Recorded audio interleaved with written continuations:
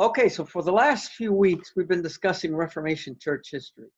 And especially the last 2 weeks, we've been discussing the most towering figure of the Reformation, which is, of course, Martin Luther. This Saturday will mark the 503rd anniversary of his nailing of the 95 Theses to the Wittenberg church, the cathedral there. And so for 503 years, we've been discussing the Reformation, talking about its legacy for good and for ill. It wasn't all good, obviously, just like every human endeavor has its faults. The Reformation was one of them. You know, it had its problems, but in the main, in general, it certainly had more good things than bad, definitely. And so tonight we conclude our segment on Luther's life. We remind you of the fact that last week we talked a little bit about the Peasants' Revolt of 1525. That was a revolt of the peasants, hence the name, against the oppression that the religious hierarchy had undertaken against them for centuries, basically. And it pretty much had come to a head. And the peasants were feeling sort of like feeling their oats because of Luther's activities. And so in 1525, a rebellion, a violent rebellion, broke out, which was put down rather violently by the authorities. And Luther wrote against the peasants' revolt. And Luther's primary concern was that a violent revolution, such as the one that the peasants were undertaking, was going to be detrimental to the effects or the ends of the Reformation. And so he agreed that the authorities were in their right to put down this rebellion. Obviously, that has become part of Martin Luther's legacy. One of the things that, looking back upon it, is not necessarily a positive thing, but he did it with good intentions, obviously, because again, his primary concern was to advance the Reformation and to keep the authorities from doing the same thing to the Reformation that the peasants were doing to the authorities. In other words, engaging in violence. And so he saw that as the putting down of that rebellion as an expedient and wrote against it. There's also Luther's use of language. As I mentioned a couple of weeks ago in his exchanges with Erasmus, for example, on the bondage of the will, his language is rather harsh, violent at times. But we have to remember that this is 16th century, and the things that were considered sort of like strong language, but not necessarily violent, then today would be looked upon as extremely violent. And so we have to temper those ideas somewhat. Melanchthon, who, for example, was his successor in the Reformation movement in Germany, did not disagree that he was a rather rough individual. He did not disagree that he had a lot of asperity, as it's referred to. In his funeral speech, he talks about how Luther was a man of very strong language, but he also says that it was necessary because of the times and because of what was going on in Germany, religiously speaking. Even Erasmus considered his writings, even though they were full of vulgar speech against his enemies. And again, I used the word vulgar. That has a particular meaning to us today. But at the time, the words that were used then, the expressions that were used then, today will be looked upon again as strong language, but not necessarily vulgar. But they were at the time. And so even though Erasmus recognized the vulgarity of some of his writings, he still considered his writings superior to all others, including his own. And so there's that legacy as well, that one of his main antagonists considers him a towering figure within the Reformation movement. Luther wrote against four particular specific groups: the Anabaptists, the Jews later in his life, because at first his intent was trying to convert the Jews. He wrote against the papacy, of course, and he wrote against lawyers. If you remember, his parents' desire was for him to become a lawyer. But of course, God intervened and he became a monk instead. And the rest, as they say, is history. So, why did he use such strong language? Well, there's a number of reasons. Number one was there were a number of groups united in the conviction that man is justified before God by the law. That was something that really bothered Luther, the idea that man had to be justified by law. Secondly, there was the papacy. And as he saw the papacy as the revelation of the Antichrist. Obviously, when you look upon a particular office as the Antichrist, you're going to have very strong feelings against it. If you are a true Christian, that is. And so that's why he wrote in such strident language against the papacy. For the Jews, it was something similar to the idea of being justified by the law. He believed that the Jews were looking for works righteousness. And that's why he wrote against them so stridently as well. The Reformation have revealed the gospel in purity, in its purity. Jews should have accepted it, but they did not.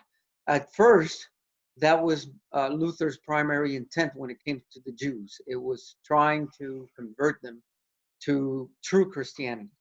But when the Jews refused to be converted, then slowly but surely he became more and more antagonistic towards the Jews, and his writings demonstrate that. He also believed that there was a conspiracy of the devil, heaping abuse on those groups for this reason, for that reason. In other words, they all were conspiring against the reformers and the Reformation, and it was a conspiracy of the devil. And so it's important for us not to whitewash his language. He had his faults just like the rest of us. And it's important for us to understand that reality, not to deify our heroes, but to realize that they had feet of clay just like the rest of us do as well. As far as Luther's character, many have speculated that he had mental problems. He did, by his own telling, suffer from spiritual oppression. He had a number of physical problems. When we get to Calvin, for example, later on in this series, we'll mention the fact that Calvin also had a lot of problems.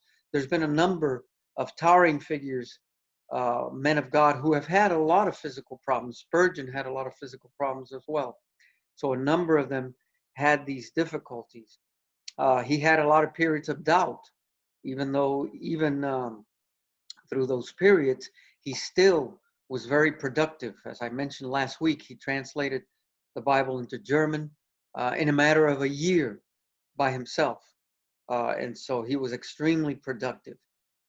Eric Erickson, who is a forensic psychologist, has speculated about Luther in his youthful years and has said that that formed the basis for the individual that we see later. When he speaks about Luther's psychology, he speaks of a young man in crisis. He has also a crisis of integrity, for example.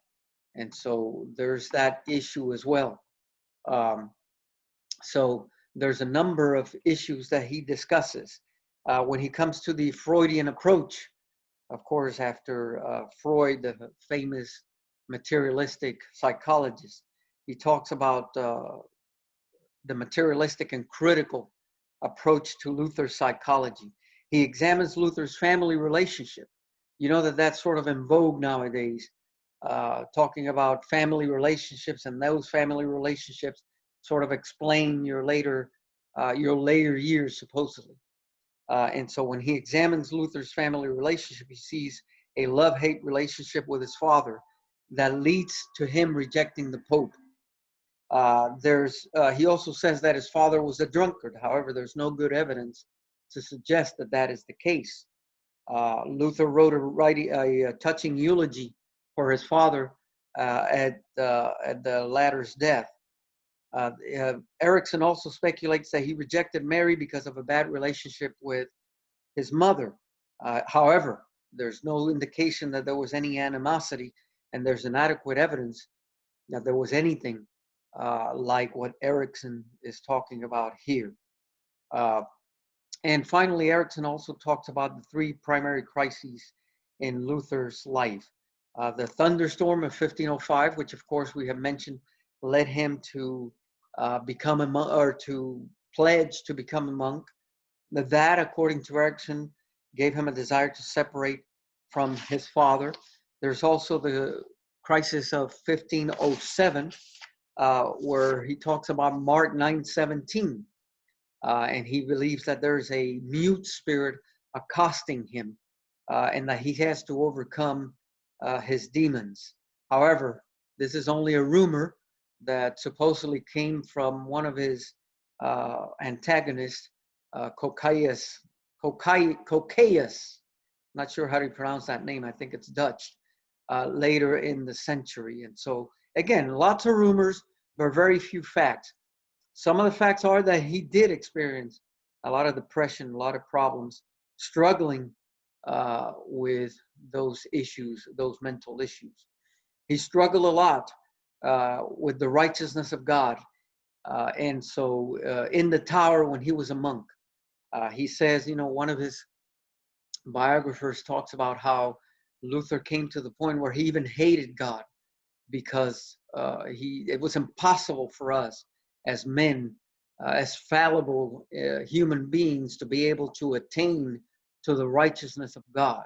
I've mentioned previously that he believed, the belief at the time was that the righteousness of God was the righteousness that belongs to God, rather than the righteousness that he gives to us as individuals under him. And so, he had a lot of those struggles with those types of situations. Again, there was a struggle between the flesh and the spirit, which is a struggle that we all carry. And it's not unlike other great men of faith who have struggled with depression, as I mentioned, aside from the physical issues. Again, I mentioned Spurgeon. And a lot of times, as a product of those physical issues, is where those psychological problems come in.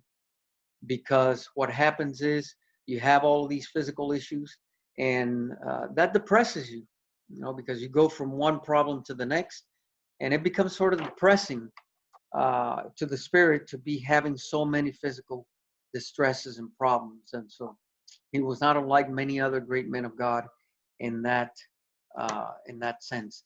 Luther had very strong insight in what he did, in the actions that he undertook. He was also a man of very strong character, and really the individual that was the most out of all the reformers. When you think about all the reformers, you think about Luther as the man that was most molded, created by God to do the work that he did. An individual like Calvin, for example, was a much gentler soul. And so it's not likely that Calvin would have been the leading figure to get this movement started. Certainly Calvin came along later, and he is considered the primary exegete of the Reformation. And certainly he had his role. But to get this whole ball of wax moving, so to speak, Luther's strong character was essential. And indeed, he was placed there by God just at the right time to do just that. He was not as strong an exegete as others. He didn't write that many commentaries. He wrote a commentary on Romans, commentary on Galatians, and a few others. But if you read those commentaries, and I have a couple of them, you see that he's not quite as strong exegetically as Calvin is, for example, or even some of the other more recent exegetes like Gill or even John MacArthur to a certain extent. And so that was not his forte. But he was very strong theologically, of course. The four pillars, really five, but the four primary pillars of the Reformation: sola fide, faith only; solus Christus, Christ alone; sola gratia, grace alone; and sola scriptura, scripture alone, were the pillars that Martin Luther, together with Soli Deo Gloria, which means to the glory of Christ alone, got started and formed basically the pillars, the essence of what the Reformation became. It was not solely a rational and logical approach for Luther. He did not write a systematic theology, for example. But his idea was that theology was a series of petals around a center. The center was God, and then everything else was surrounding him, and in that he was correct. He thought of the gospel in terms of contrast, light and darkness. For example, a very Johannine approach, because John looks at the gospel in the same vein. In other words, the idea of light and darkness, good and evil, etc., etc. Not therefore, but nevertheless, in other words, was his idea, his concept of what the gospel was all about. In other words, God hidden, but God also revealed, and revealed in the gospel. God could be known somewhat through philosophy, he believed, but philosophy could not tell us how he wanted to relate to us or we to him. In other words, that could only be known through revelation. And so philosophy, natural theology could tell us a lot about God, but it cannot tell us the essence of who God is and what God expects from us. Um, uh, Even then, Luther made the point, again, correctly so, that God is only partially revealed. We have a partial revelation. We shall see a full revelation in that final day. But nevertheless, that partial revelation is to be found in the scriptures.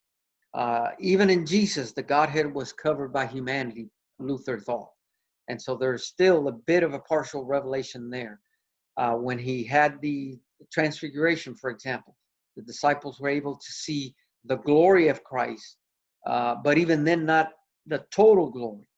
And again, during his 33 years on earth, his glory was veiled. And so even there's somewhat of a partial revelation.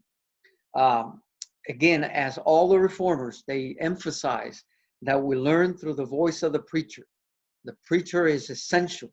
The preaching of the word is the cornerstone of worship and the cornerstone of the Christian understanding and the Christian growth that comes from the word. When the preacher speaks authoritatively from the word, he speaks with the voice of the Lord. There's also the sacraments, of which he, as well as all the reformers eventually settle on the two that are biblical, which are the Lord's Supper and the baptism. And so those were the two sacraments that all the reformers emphasized, discarding the other five that the Catholic Church had for centuries held to. There was also, of course, the centrality of Christ. Solus Christus, Christ alone. He is the center of our salvation, the center of our Christian lives. He is the center of all things. There's also, as I mentioned last week, the theology of glory as opposed to the theology of the cross, with the theology of the cross being the biblical theology. The theology of the cross is a source of knowledge about who God is and how he saves, contrary to the theology of glory, which is centered on human ability and vision. And so you have the two contrasting theological ideas, the theology of Rome, which is the idea of human ability married or coupled to the grace of God, whereas the theology of the cross is a theology that God alone is the one that accomplishes anything. The cross, the suffering, all of that destroys human works. Man can accomplish nothing on his own, and that formed the basis of Reformation thought when it came to salvation. It's all of God and it's none of us. And so those of us who today have taken the mantle and call ourselves Reformed are do so because we stand in the legacy and in the shadow of the Reformers, who believe that the grace of God alone is the one that brings about salvation, and that the grace of God alone is the one that can help us persevere and endure until the end. And so with that, we will be done with Luther, of course. we can talk more about him, obviously. He died in 1546. And so other reformers took on his mantle, of course. For example, Calvin survived him for another 18 years or so. And so there's Calvin. And again, we will pick him up. I believe it's next week. And so we'll talk a little more about them then. And so hopefully this has been beneficial to you.